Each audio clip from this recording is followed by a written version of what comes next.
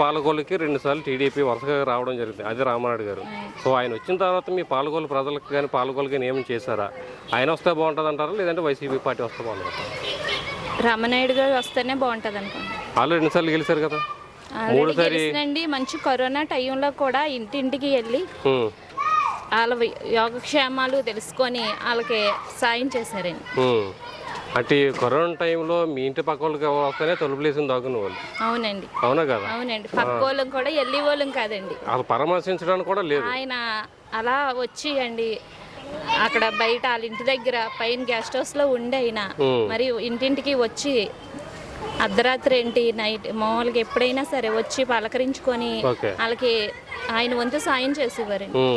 వాళ్ళు ఎలాంటి ఇప్పుడు పొలిటికల్ పరంగా ఒక ఎమ్మెల్యేగా చూస్తే ఆయన మంచి వ్యక్తి, లేదంటే అందరిలాగే రాజకీయ నాయకులాగా చూడొచ్చా? ఆయన అందరిలాగా రాజకీయ నాయకుడిలాగా ఉండరండి.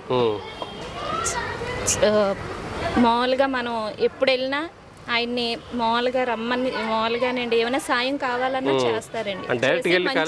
డైరెక్ట్ గా మనం వెళ్ళి మన సమస్యలు చెప్పుకోవడానికి అవకాశాలు ఉన్నాయంటారా? అవకాశం ఉందండి. ఉన్నాయి. అంతకు ముందు ఎమ్మెల్యేలు చూసారు ఇలా? అంతకు ముందు ఎమ్మెల్యేలు అలా అసలు లేదండి. ఈయన మామూలుగా ఇలా మాకు ఇలా అవసరమండి అన్నా సరే ఆయన అర్ధరాత్రి అయినా సరే వచ్చి ఎవరికైనా సాయం చేస్తారు. ఓకే. జగన్ గారు ప్రభుత్వం బాగుందా, లేదంటే ఇప్పుడు 2014లో చేసినటువంటి చంద్రబాబు నాయుడు గారి ప్రభుత్వం బాగుందా మీకు?